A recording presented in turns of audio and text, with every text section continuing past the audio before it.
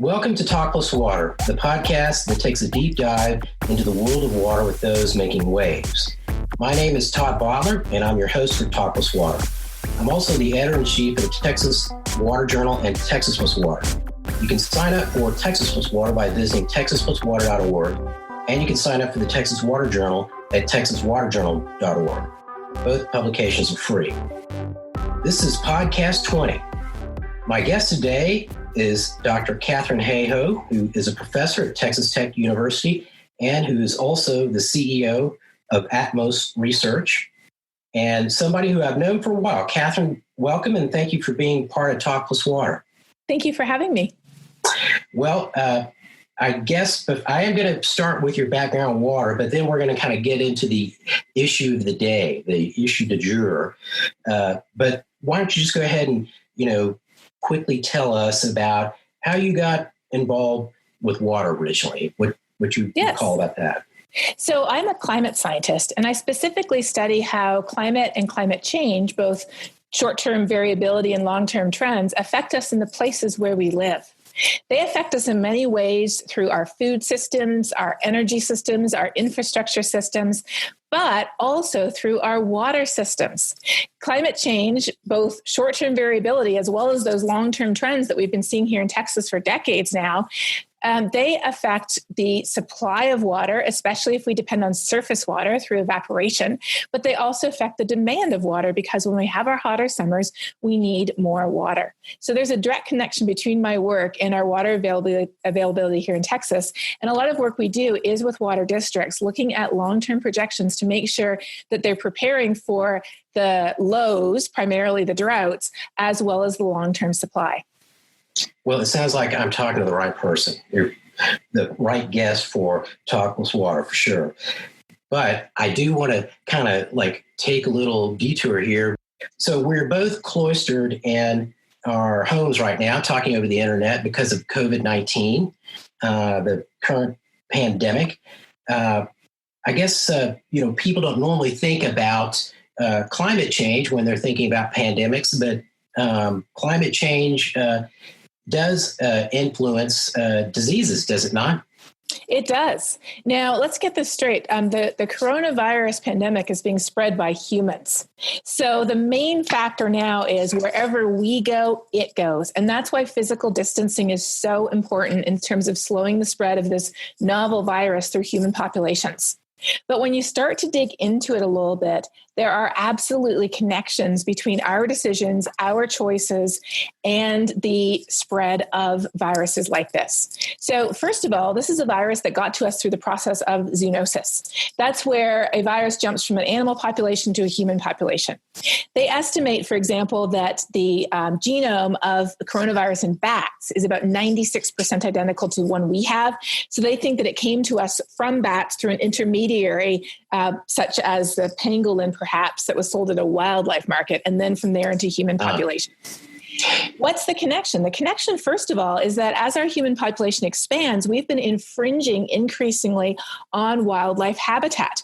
So we're pushing more and more animals into smaller and smaller places, which increases the risk of these diseases jumping from animal to human populations. And I was actually just contacted by one of our Texas Tech students who works in Southeast Asia, and he's from there himself.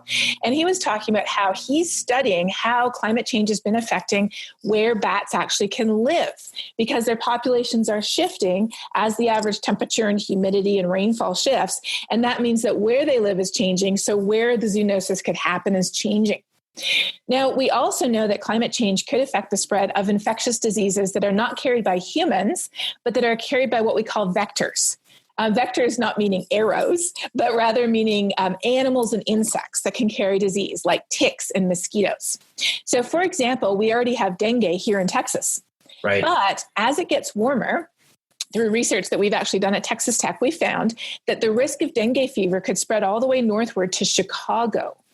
But it will end up being too hot here in Texas for the mosquito to carry that virus much of the year. So the range of dengue fever could shift poleward as it gets warmer.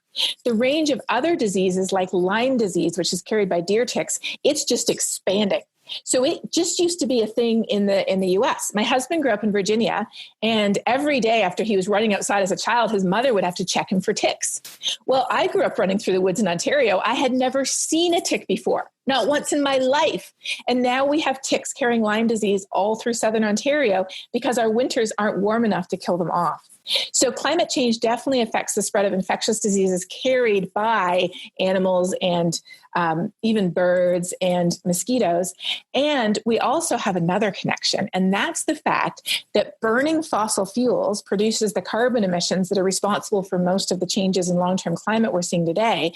But burning fossil fuels also produce most of the air pollution that is responsible for 8.8 million deaths a year. And here's the connection to novel viruses like the coronavirus.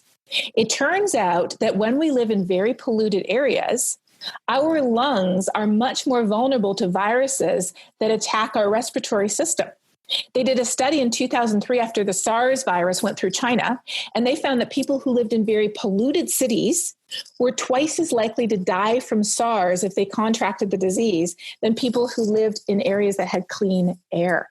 So there are intimate connections between our choices and the spread of disease and even our vulnerability to these diseases all around the world. So there's three things I want to mention, at least three things. So I was in China last year giving some lectures on water, and I was not in Wuhan. I was in Nanjing, but in the hotel, there was a gas mask that, in every hotel room, there was a gas mask, for air pollution, right? Not, of course, they weren't worrying about pandemic then. Mm-hmm. And so, even when I was there and it was a time of year when the air quality was pretty good, I was having some trouble on a few days. And so there's no question about that if you're living in a city in China, you probably have some respiratory issues. And you mentioned ticks. And so, same thing when I was growing up, we would be out in the country all the time and, fishing and doing things like that. And we get ticks, but we didn't, worry about Lyme disease because it wasn't over here in Texas. Mm-hmm. Now I've got friends who have it, and apparently it's in Texas and other places, like you mentioned, it's spread all over the place. And, then finally, when you're talking about, mosquitoes and diseases passed by mosquitoes, we have, of course, a different set of mosquitoes that are here now than we used to have. And those little buggers are really hard to get rid of, by the way. They're, the old saltwater mosquitoes and other kinds of mosquitoes that we used to deal with seemed like they're a lot easier to take care of. But, those are real, I think, clear examples that people recognize that have resulted from climate change. Mm-hmm. So.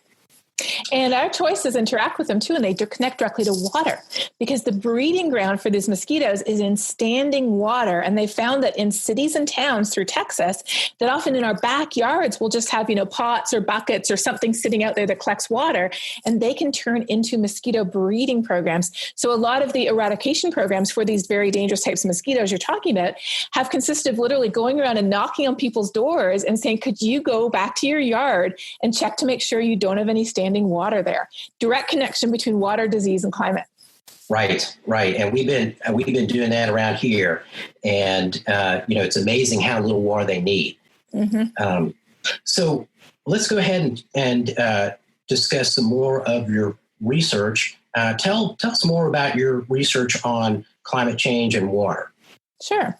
Well, so here in Texas, as you know, we have a huge natural variability in water. So the way I think of it is if you live, anywhere in the world, your water goes up and down, wet and dry, wet and dry, wet and dry. And then if you live in Texas, your water goes wet and dry and wet and dry and wet and dry.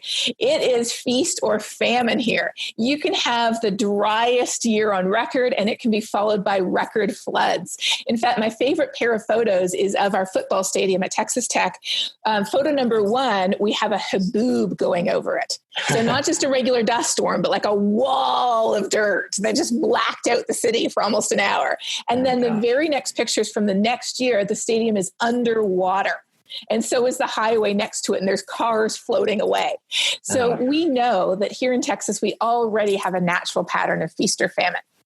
But what we're seeing in a warmer world is our hydrological cycle is accelerating. And here in Texas, it means that our natural variability is being stretched in both directions. What do I mean by that? Yeah. Well, first of all, as it gets warmer, the air holds more water vapor, and often our evaporation rates can speed up too. Any municipal water district that depends on surface water knows that in a very hot summer, you can lose, twice the amount of water to evaporation as you would in a normal summer. So the hotter it gets, when we do get droughts, as we always do naturally, and our droughts are primarily driven by La Nina, which is a pattern of sea surface temperatures off in the Pacific, we get our really bad droughts when the Atlantic and the Pacific are in sync with each other. Right. Like they were back in 2012. When we get a drought, that drought is hotter than it would have been otherwise, which means that there's more evaporation, our soils dry out faster, our reservoirs go down faster, and our demand increases faster. So climate change is, the best way that I have to talk about it is the way that the U.S. military talks about it. They call it a threat multiplier. So it takes an issue we already have, droughts are a normal part of life in Texas, and it takes those droughts and makes them worse. What about the other side of the spectrum? Well, again, warmer air holds more water vapor. So during a drought, we have a high pressure system sitting over us that directs the storm systems away from our area and suppresses convection. And that's why we don't have precipitation. But when we don't have a drought and we don't have that high pressure system sitting over us, then we have much more water vapor in the atmosphere. So when a storm does come along, it can sweep up all of that water vapor and dump it on us. And as a result, we see that our heavy rainfall is increasing. So in other words, when we don't have storms, it's hotter and drier and all that water vapor in the atmosphere just gets carried away. But when we are not in a drought, when the storms come, there's a lot more water vapor for them to sweep up and dump on us. I'm not just talking about hurricanes, I'm talking about normal storms. In Houston, they have had, in some places, 3 500-year flood events in 3 years, and only one of those was a hurricane. The rest of them were just what we would call, quote, normal storms. But then, of course, hurricanes are really big storms.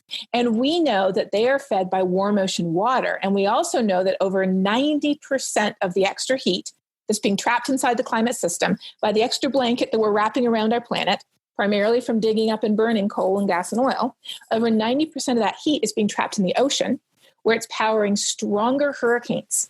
So they are bigger than they used to be, they're slower than they used to be, they're stronger than they used to be, and there's a lot more water vapor for them to sweep up and dump on us than there used to be 50 or 100 years ago. So for example, with Hurricane Harvey, it's estimated that as much as almost 40% of the rain that fell during Hurricane Harvey would not have happened if the same hurricane had occurred 100 years ago. For example, the Galveston hurricane that hit in 1900. Right. It was huge and it was devastating, but it would have had 40% less rain back then. And with Harvey, the real issue was the flooding. So again, we have a natural pattern of wet and dry here in Texas, but as the planet warms, our natural pattern is being stretched in both directions, and that is bad news. Well, just thinking about, what you're saying here, if we look back the last 10 years, again, talking about Texas, we have the driest year since we've been collecting data. I guess what started about 1850, driest year is 2011. And then we've got the biggest rainfall event. 2017 was Harvey, I think. Yep. So, just a few years apart, we've got these two record events. And so that's I guess that's maybe a grim kind of foreshadowing in the future. It's hard to imagine that we would have a pattern like that, but I guess that's what we may have to look forward to. It is. And this has an important implication for water management districts, because what it shows that storage becomes even more important. You're going to need more storage and greater supply to make it through the dry times. But on the flip side, though, you can count on there being massive recharge and overflow as well, just more extreme. So the good news in terms of management is that if we can make sure that we have a supply to carry us through droughts that are stronger in the future than they were in the past, that those supplies, if they're surface water, or if they're rapid recharge groundwater, not like the Ogallala that we have here in West Texas that recharges over hundreds to thousands of years, but if they recharge quickly, if you have those types of supplies that can recharge over years, not decades, then you can look forward to recharge happening, but you have to make sure that your supply is secure. It's as the variability, as the standard deviation increases, we have to make sure that we have a greater supply to tide us over the rough times. And so that's why I think having this information is so important, because if you didn't know this, then you just be planning for the pattern of the past. But if you know this, then you can plan for the pattern of the future. And that's exactly why I do the work that I do. I try to show people how the pattern is changing so that we can prepare for it. So when it comes, we'll be ready for it rather than it catching us off guard or by surprise. Well, it's interesting when you talk about storage, we stopped building reservoirs in Texas pretty much in the late 80s, large surface water reservoirs. We had a boom of reservoir construction after the drought of record ended in 1957, or maybe it started during the drought of record. And then it stopped for about 2 decades. Now we've got 2 large reservoirs, which are one's under construction, Bodark, up in northeast Texas, and another one's getting ready to start construction, Ralph Hall. And so, I've just been thinking about that a lot. Those are obviously projects that take advantage of, storing surface water when it's available. Mm-hmm. And we also have, though, higher evaporation rates from these reservoirs. And so one of the things I've been thinking about is, are we going to see just more reservoirs constructed, or are we going to see more kind of hybrid projects where we have a reservoir and we're maybe, taking advantage of the fact that at certain times it's going to be high, and we can take some water out of those reservoirs and maybe store them underground in an aquifer storage and recovery facility in a depleted aquifer. Do you in your work see that people are trying to think more innovatively about how to deal with the impacts of climate change on water as water managers? Yes, you are absolutely right. Because the warmer it gets, the more evaporation we see. So you'll see diminishing returns from building reservoirs if we keep on doing it the way we did it in the 1950s. Right. In other words, the more reservoirs you build, the hotter it gets, the less you actually get out of them. So yes, people absolutely are starting to realize that we have to change the paradigm. So when we have the water, we need to store it in a way that reduces evaporation. And the 2 main discussions I've heard are, first of all, like you said, underground aquifers, especially limestone aquifers that are relatively easy to refill, as opposed to gravel aquifers like the Ogallala, which aren't, number 1. And then number 2, they're even looking at experimental ways to put very thin layers of polymers, for example, over the surface of a reservoir to significantly reduce evaporation. Simply if you just put oil on top of water, it cuts the evaporation. So there's some very smart chemists who are looking at things that they could do to put on the reservoirs. And of course, that costs money. You have to make sure there aren't side effects. Like what if it cuts off the oxygen exchange for all of the plant and wildlife that lives in the reservoirs, because we use all of our reservoirs for recreational purposes as well. You have to look at all the side effects, but people are starting to ask these questions because you have to. Because again, we can't keep on doing things just the way we've done them in the past, because they'll work less and less and less effectively. So what's old is new again. My mentor, who in the 60s worked for Lyndon Johnson in Washington, D.C., in the Federal Water Pollution Control Agency, I think that was the name of it. They were looking at, they tried experiments like took ping pong balls and put them on small ponds to try to see how did that affect. Seriously, they did that, and they had some kind of, he was telling me it was like an orange jelly. Mm-hmm. They put on top of these small reservoirs, kind of testing out these theories. Mm-hmm. And I think they ultimately concluded nobody wanted to drink water out of a reservoir that had orange jelly on it. Right. But it wasn't really jelly. Yeah, that's the problem.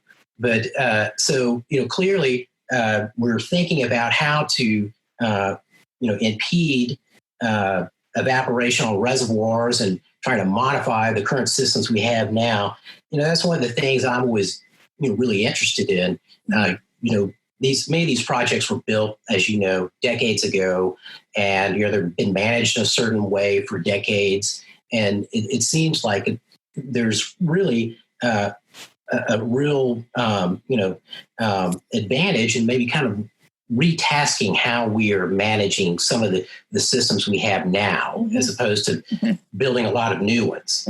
But maybe we would build new ones. I don't know, but it seems like maybe if we found different ways to use what we have, we might get a benefit much quicker and much cheaper.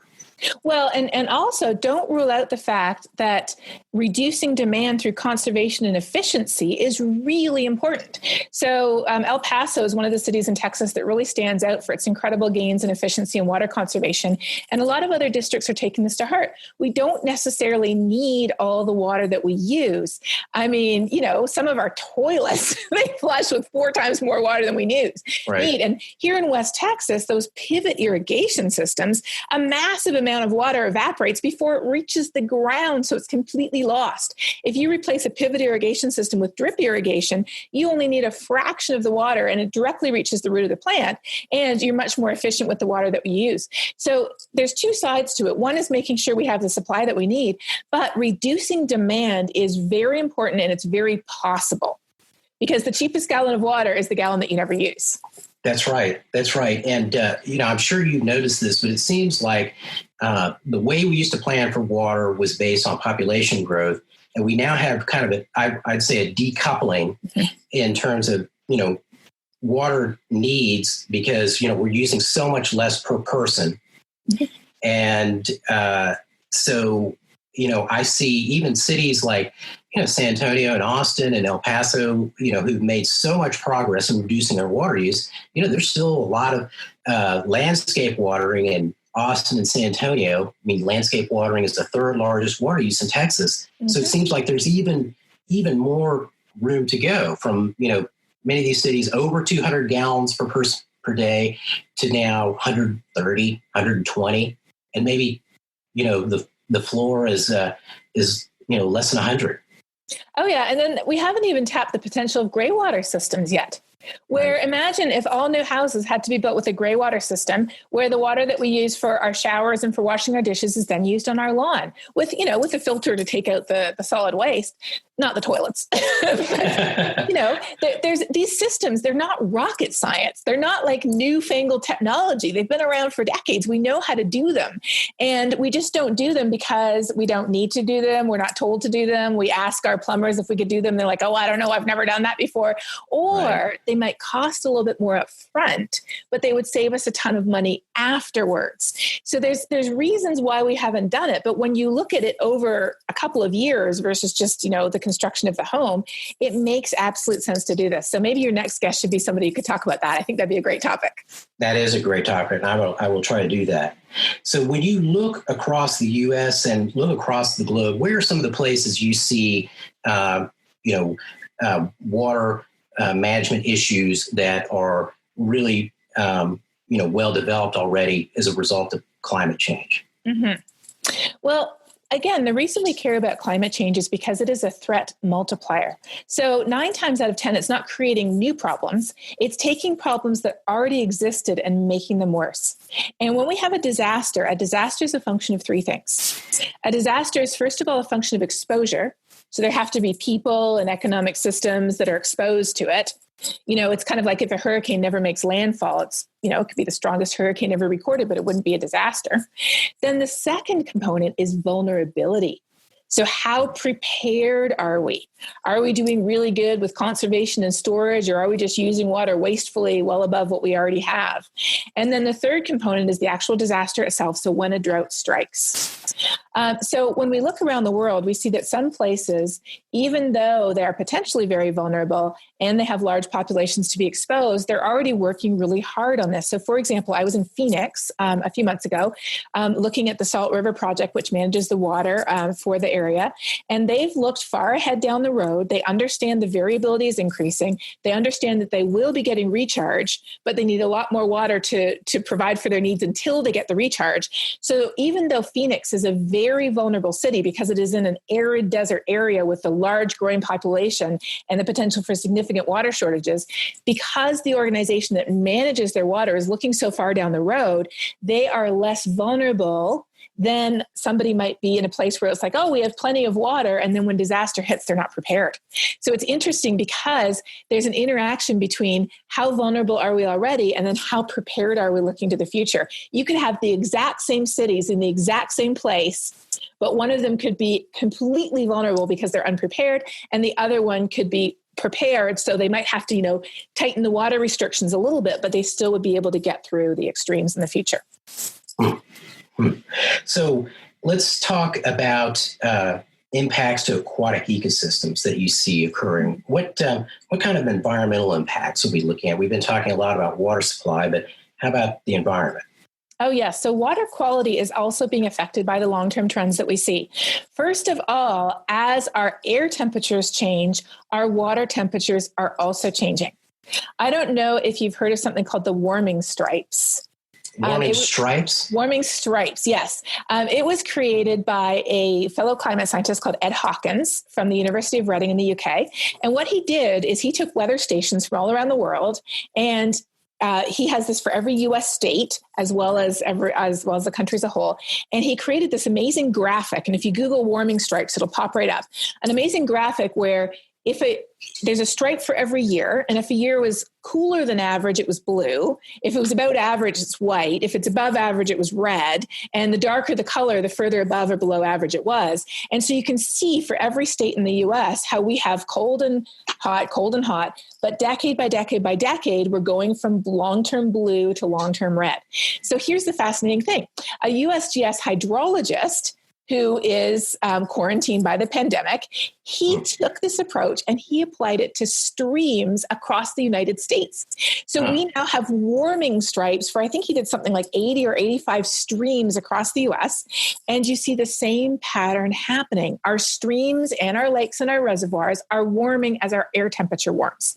And why does that matter? It matters because it affects our oxygen levels and it affects the assemblages of fish and plants and other species, as well as the potential spread of toxins like golden algae, for example, that can affect our aquatic ecosystems. So the aquatic ecosystems in all of our rivers and streams and reservoirs are being affected as temperature changes.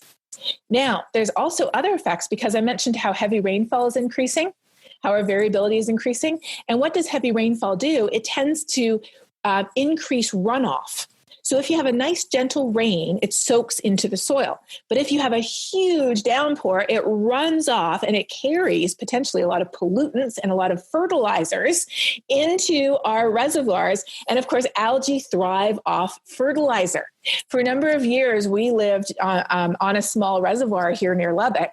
And after a heavy rainfall, first of all, our reservoir levels would go up for a day or two, and then it would come down. And then there would be algae like you had not seen. I would be paddleboarding on the reservoir, and my paddle would come up just draped in green algae because of all the fertilizer from people's lawns that got washed into the reservoir from the heavy rainfall. So we are seeing massive changes to the quality of our water, which matters a lot because why do we have reservoirs? We have reservoirs because we want to use the water.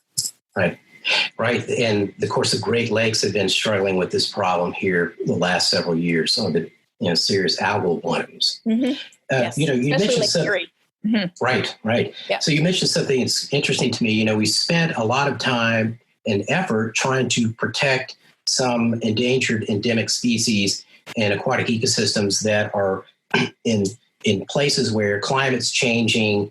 And, this kind of the environment that they exist in and can thrive in is changing around them. And, sooner or later, it may not be hospitable to them. And so, I I could see that that's got to be a real issue for biologists in the Fish and Wildlife Service and state fish and wildlife agencies who are trying to protect unique assemblages of aquatic life that are just found in one place, and now that one place is maybe not hospitable like it used to be. Yes, that's exactly what the Fish and Wildlife Service is struggling with, both on land and in the water. Because when you see a species that's suffering from habitat loss or from other issues with their environment, you're trying to protect that species. The traditional way to do it is to protect the habitat where the species has always lived. But as climate changes, one of the biggest things we're seeing is massive shifts in where certain species live. In the ocean, we're actually seeing the biggest shifts because there's nothing in the way. They can just move. Right. But we're seeing these shifts on land, and we're also seeing these shifts in our terrestrial aquatic systems as well. And so you could be preserving this ecosystem for the species, and then in 20 or 30 years, the species wouldn't even be living there, it'd be living over here. Right. So we have to change the paradigm that we use to conserve species. In some cases, facilitated migration. So for example, if they're part of this system, but then if we look to the future with the type of information that I generate, and this is specifically what I do, I could generate information that says, okay, if you want to find this river system in 20 or 30 years in terms of temperature, water quality, it would be most similar to this one. So you find like an analog, and then you might want to consider actually introducing the species to this other system if you want it to continue to survive and thrive. So as an example, in the city of Chicago, we did a study like this for trees because trees are very important to reducing their urban heat island effect. They have the Morton Arboretum there in Chicago that's very famous. So we did a study looking at what trees would be native to the city of Chicago in 20 years, 40 years, and 60 years. Because when you plant a tree, you're planting a tree long term.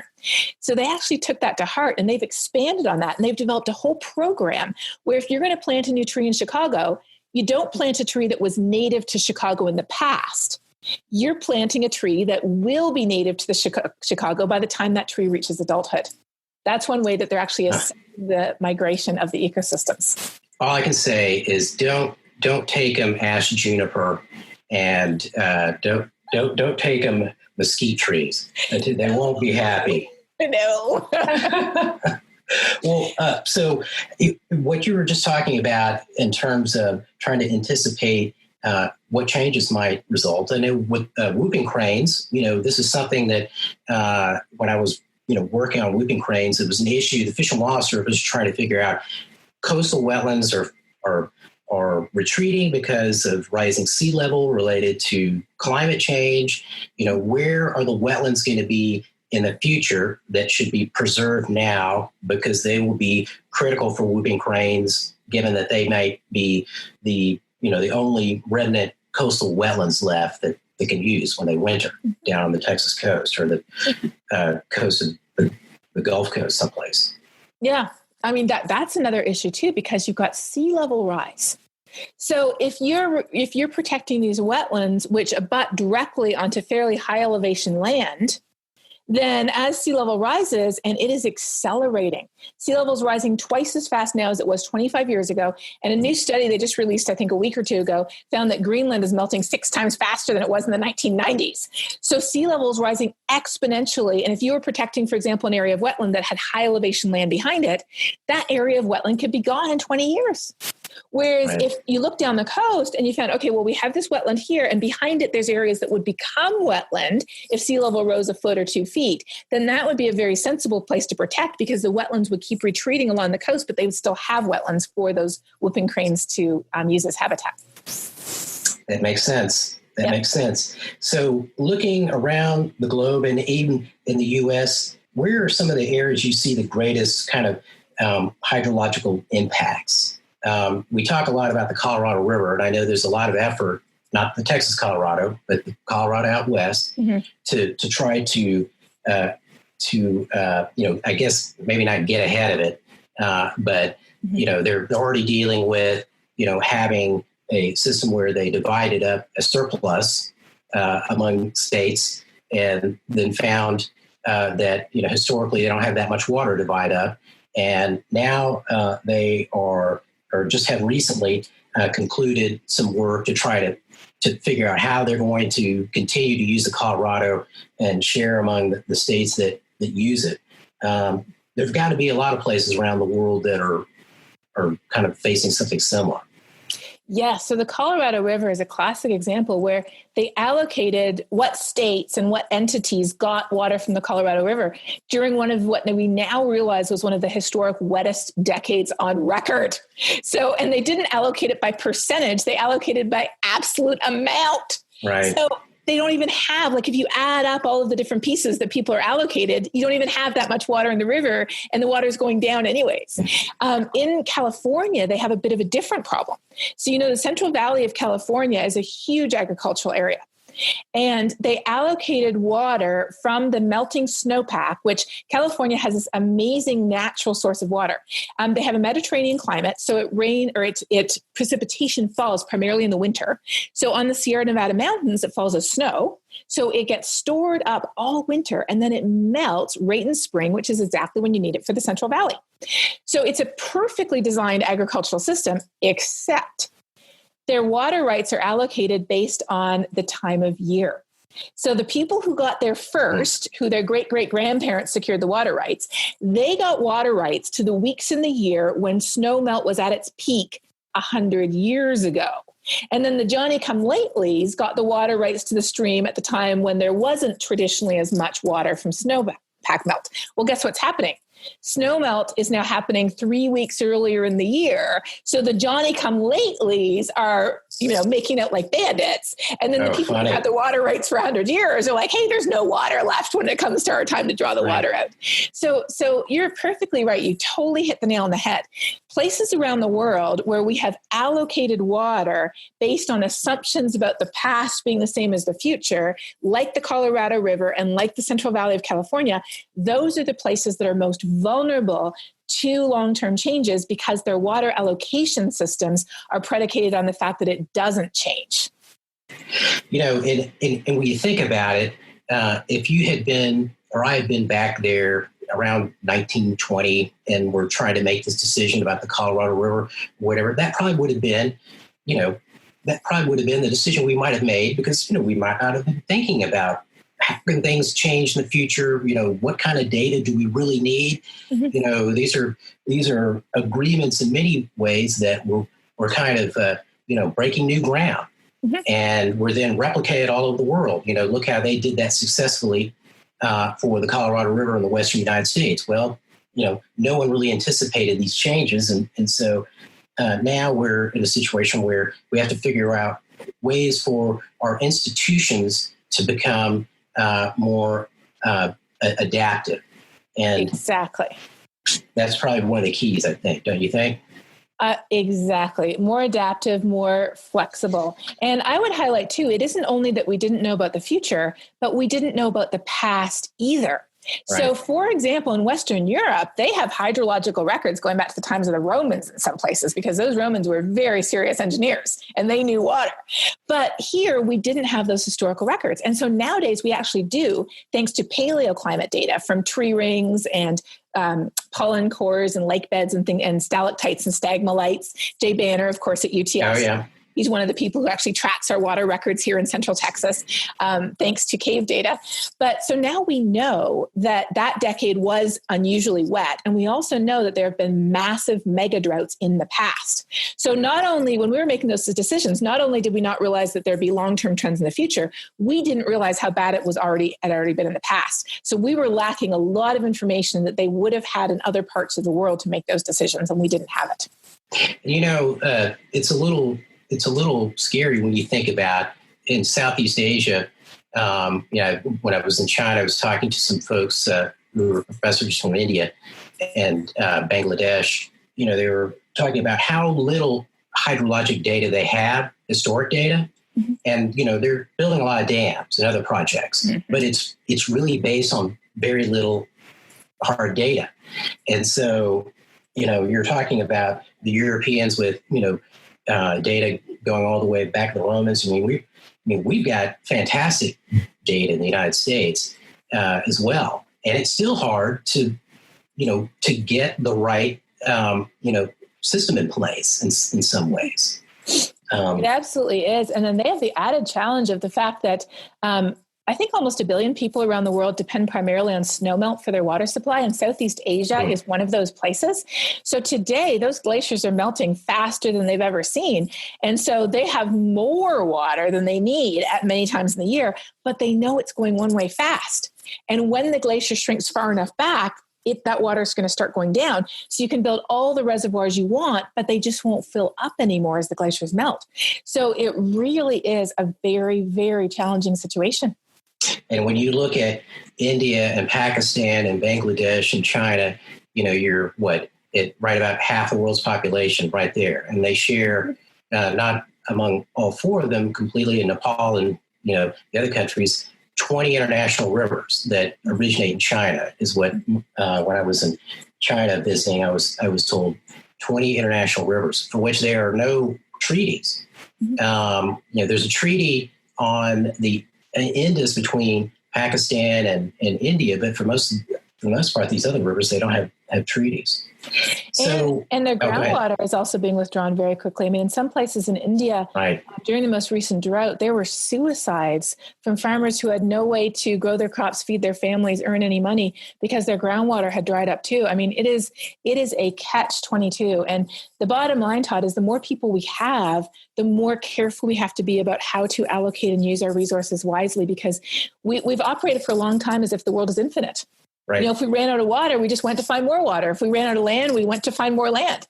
But we've got almost 8 billion people, and there is no more. We have to live with what we have.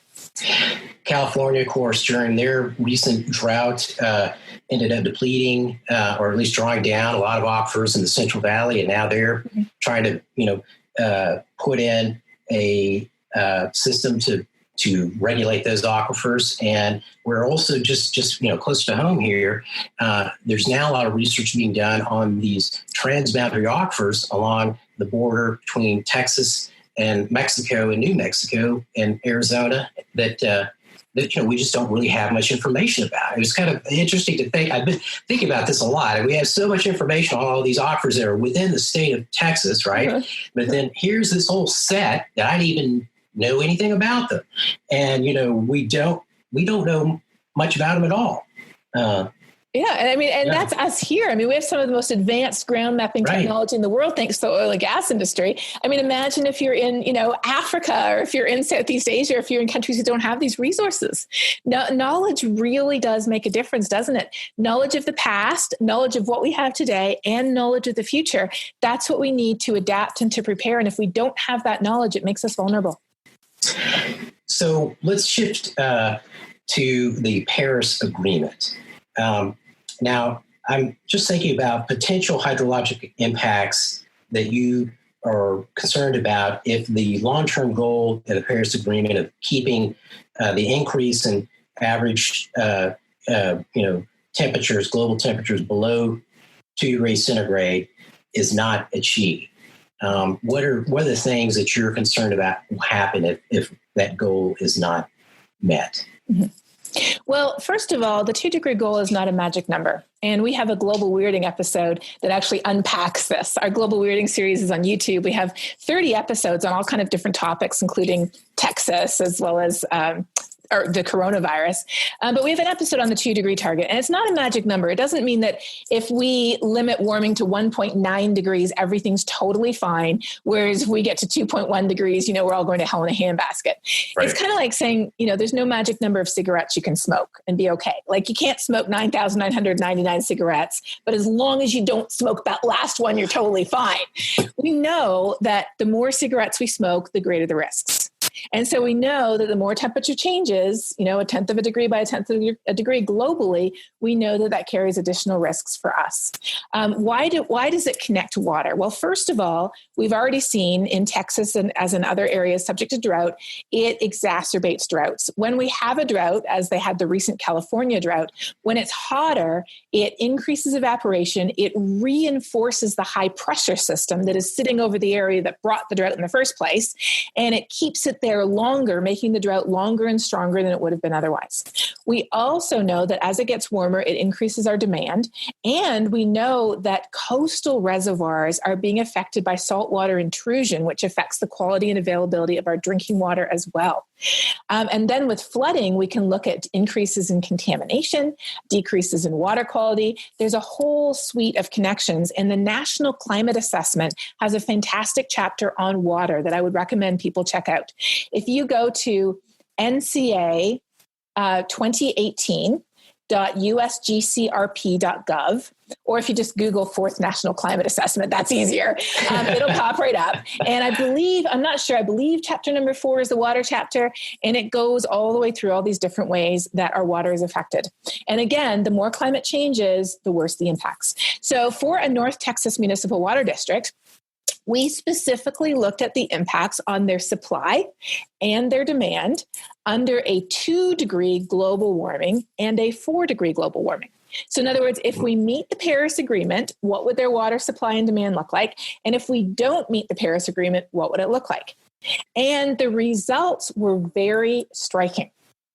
What we found is that with a 2-degree increase, it would wipe out all the benefits of conservation that they had achieved over the last decade, but they could manage that increase. They could manage it by looking down the road, by increasing supply, and by really cracking down and being much more, even more proactive in terms of conservation. So 2 degrees they could cope with. But when we looked at 4 degrees, we have this increase in variability, of course, and the increase in variability gets even more variable the warmer it gets. So the types of droughts, how strong and how long they were under 4 degrees, they were not able to cope with their current system. You would be looking at a massive change in the way we use and manage water that doesn't resemble, what we do today at all under 4 degrees. And why that was so important is it actually shows why the Paris Agreement matters. It isn't just something that matters to Paris or to countries around the world. Right here at home in Texas, if we can limit warming to 2 degrees, we can cope with that, at least, for that water system. And I do see this generally in projections we do for cities and projections we do for crop yields. 2 degrees, we'll see some impacts, but we can generally cope with them, especially if we see them coming down the road. But if we look at 3 or 4 degrees, we're starting to see changes that we can't cope with, that our systems are not built for. And that's why this matters. Well, having spent some time with the folks at the North Texas Municipal Water District, they're, I would say, probably on the forefront of looking at their needs in the future compared to some other water districts, which are, probably don't have the resources to do that yet. So let me just ask you this. And I know that you are, these are very heavy topics, right? But you are optimistic. You're an optimist. At least I think so sometimes, about the fact that, that we are capable of rising to these challenges. And I know that you encourage people to do things to, reduce their carbon footprint, and that, you, and many of the things I've heard you say, tell people, look, you can do something to help us avoid this. Do you want to talk a little bit about that, things that people might do? Yeah, I absolutely do. And I would say that I am a realistic optimist, hopefully. Yes.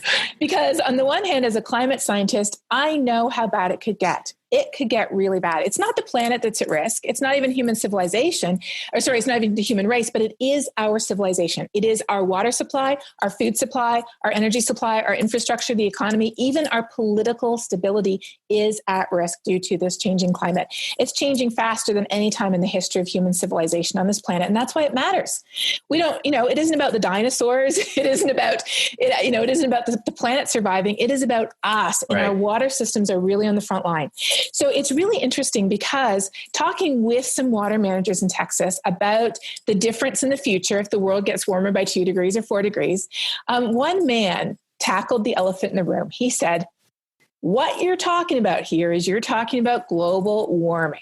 And there's a lot of people in Texas that are not on board with global warming. And it is true. The number one predictor of whether we agree that the planet is warming and humans are responsible is not whether we're familiar with the science that goes back to the 1850s. That's how old the science is. Right. It explains that, yes, this is real. It is not how much we know about the science. It's not even how smart we are. It is simply where we fall on the political spectrum, because there has been a deliberate attempt to try to make us believe that the number a thermometer gives us is somehow different depending on if we're Democrat or Republican. And that's why I'm so glad that I'm neither. I'm Canadian. Yes. And there are parties in Canada, though. So, There are, but it's a little bit different there. We don't actually register as a registered voter. So we don't identify as being from a specific party unless we're actually, an elected official. Okay. Personally, I've actually voted for, I will disclose to you, Todd, and the listeners, I have voted for almost every party across the political spectrum in Canada, depending on what the issues are at hand. But here's the thing. So this man took the bull by the horn and said, we're talking about this. And this other man piped up and he said, I know what you're talking about. He said, my granddaughter comes home from school and she says that the polar bears are endangered. And I try to tell her that's not true. It is true because they live on the melting ice. I try to tell her that's not true. But, and this is what he said, but this is the data. The data is the data. The data shows us that in Texas, it is getting warmer. Our evaporation rates are going up. Our precipitation is getting more variable. The data is the data, and we're just going to prepare for it. And if people have a problem with it, that's what we're going to tell them. Yeah. So that actually is what gives me hope.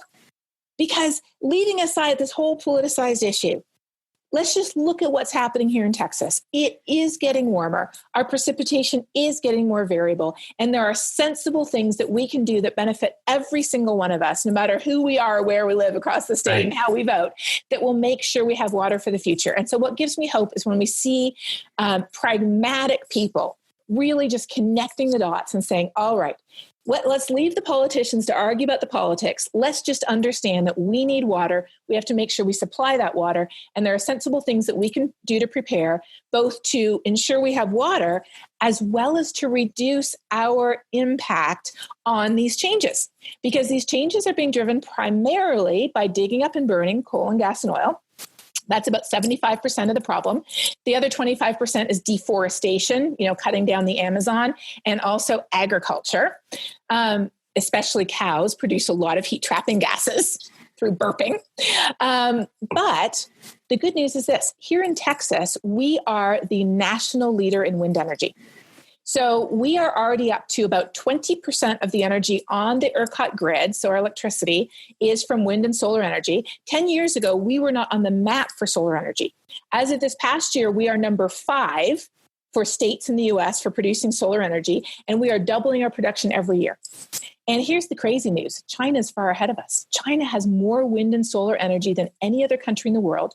It used to be that living in Beijing would take 5 years off your life due to the air quality, but they've shut down every single coal-fired power plant around Beijing. And China is selling their coal now to poor countries because they know that clean energy is the way of the future. And here's the thing. When we generate our electricity from clean energy here in Texas, it generates 8 times more jobs per megawatt hour of electricity produced than when we generate it off fossil fuels. So we can grow the economy. We can continue to lead the world in energy. We can reduce our carbon emissions. We can do our part to help keep temperature at or below 2 degrees. And we can also prepare our water systems at the same time. Texas has enormous potential to lead.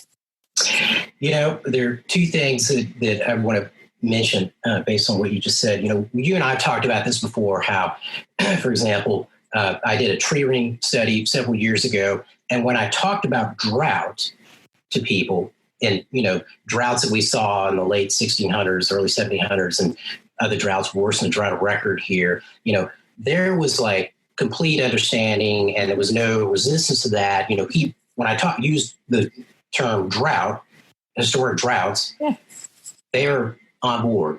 But, when talked about global warming, there's some resistance to that. But it seems like maybe that's changing, maybe slowly, but it seems like it's changing some here in Texas. Don't you think? It is changing a bit. Actually, 70% of us across the state would now agree that our climate is changing, that something is happening. I think about 58% of us would agree that humans have a role in it. And often people say, well, we humans are so small. How could we affect something as big as our planet? And my answer to that is, we got almost 8 billion people. What are you talking about? Right. So people are starting to come around. And you know what I found, Todd? And I talk about this in my TED Talk. So if people want more, I would encourage you, Google my TED Talk. I actually have 2 TED Talks. I have one that talks about how we talk about climate change. And then I have a TEDx talk that talks specifically about how do we know this thing is real here in Texas.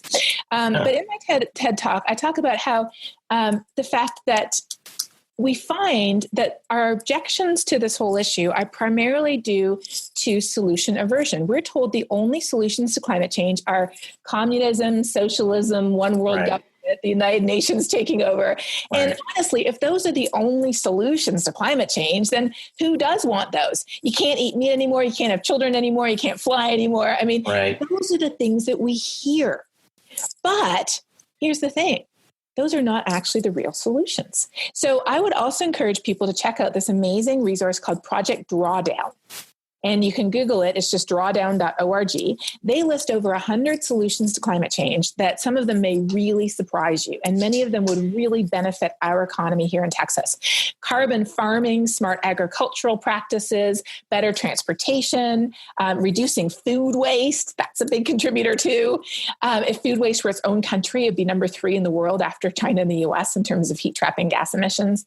So check out Project Drawdown and recognize that there are many solutions to this issue that directly benefit us here in Texas and help us prepare. And we have a global weirding episode specifically on Texas that talks about these in more detail and applies them to our state. We don't have to get on board with politics we don't agree with. We just have to agree that the planet is changing, humans are responsible, and there are smart things that we can all do to ensure that we all have a better future, not a worse one. That's great. That's great. So that's probably where we should end the podcast right there, because that was a perfect ending. I'm going to mess it up. So this is something I've been thinking about quite a bit lately. We've got, the situation with oil now because oil price has gone so low because Saudi Arabia is, releasing so much onto the market. And the, kind of problems associated with oil geopolitically, conflict around the world, especially the Middle East. Yes. And I keep thinking, when we're talking about technologies like solar energy and wind energy, demand, the supply is not really the issue of wind and supply of sunlight. Mm-hmm. It's really the cost of the technology. Maybe I'm wrong about that, but you look at solar panels and the cost keeps going down. And, innovations I've heard about through recent research with cheaper materials that will, be capable of making solar panels for much lower costs, that at some point it just becomes so cheap, right? That really helps shift things quite a bit. But I guess one thing I always worry about is, will that happen in time? That's exactly it. That's exactly the question. So the reason why we're seeing so much wind and solar here in Texas is because it's cheaper than natural gas. The University of Texas at Austin's Energy Institute has these great maps where they show every county in the entire U.S. And for every county, they show you what type of electricity is the cheapest in that county. If you look up the whole middle of the country, it's wind. If you look over in Arizona and California, it is solar. And then if you look at the rest of the country, it's natural gas. There's no coal at all. Coal is expensive compared to almost any other source of electricity. So it is being cost driven. And the reason why 70% of new electricity being installed around the world today is clean energy, it is because the cost is dropping exponentially. As an oil sheikh from the Middle East once said famously a decade or two ago, he said, the Stone Age didn't end because we ran out of stone.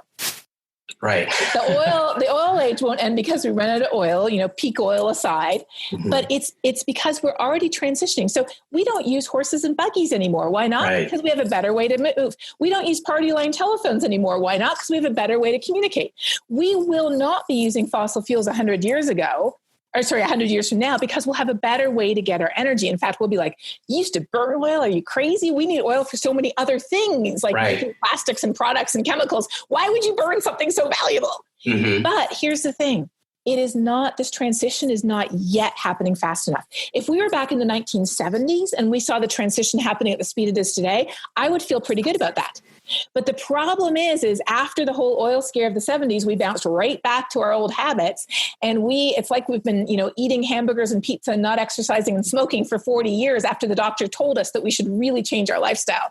And so it isn't happening fast enough. And that's why it's so important to look at policy solutions such as the bipartisan Climate Leadership Council's suggestion to put a price on carbon that is equal to its impacts, because fossil fuels are actually subsidized to the tune of $650 billion a year, exceeding the Pentagon's budget. Let's talk about that a little bit. I think people don't recognize that. They seem to think, oh, well, oil and gas is, it's just in a head-to-head competition, it wins, but it's heavily subsidized. It is. So the direct subsidies on fossil fuels are about double those on renewables. And people don't realize that. They think renewables are subsidized more, but they aren't. But then when we look at the indirect impacts of fossil fuels, such as 200,000 deaths from air pollution in the US, the impacts of a changing climate on the economy, the extra damages from a hurricane where 40% of the rainfall was due to a warming climate due to burning fossil fuels. When you look at all of that, the subsidies, according to the International Monetary Fund, that's who estimated this, exceed the Pentagon's budget. So that's why organizations like the Climate Leadership Council, which is supported by Bush-era Republicans like Jim Baker and George Shultz, they propose putting a price on carbon that would be paid, by the producers, not by the individual. They propose returning that money to the individual household such that a family of four would get $2,000 back in their taxes every year from a price on carbon. Isn't that incredible? And they wouldn't need a pandemic to get it? No, they wouldn't need a pandemic to get it. And then that would give them the money that they would need to switch to things, for example, like an electric car. Right. That sounds great. Well, we'll see. Are you optimistic? Yes. So that's what makes me optimistic, but we need recognition that this is an issue. And so that's why, as I say in my TED Talk, talking about this really is the first step to understand how it affects us in the places where we live. And there are so many positive things that we can do about it. They're consistent and compatible with our values. So we're going to end right here, but I want to make sure that I've got, I was kind of writing down some of the things that you mentioned that our listeners may want to go check out. First of all, I got Global Weirding on YouTube. Is that correct? Yep. And then Project Drawdown. And that's just Google that. Did I get that one right? It's drawdown.org. That's the website. Drawdown.org. And then your TED Talks. You got 2 TED Talks. Yes. On the subject. One TED and one TEDx. Yep. Those are the resources I recommend. Any other area or, sources of information that you want to recommend? Oh, yes. The paper that we published with you a number of years ago that showed trends at reservoirs in Texas. I think you should share that one too. Oh, my gosh. You just got a gold star. And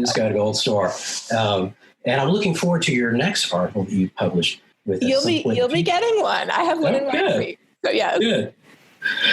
It's been so fun talking to you today. And, even under unusual circumstances where we're all working from home in a makeshift office or in office that you might have had already. But thank you, Katharine, and I hope to have a chance to talk to you again at some point in the future. Yeah, I would love that. It's been fantastic talking with you, Todd. Thank you so much. So this has been Talk+Water. My guest today was Dr.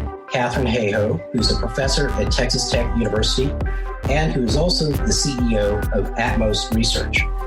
My name is Todd Votteler, the host of Talk+Water. Let's talk water again soon.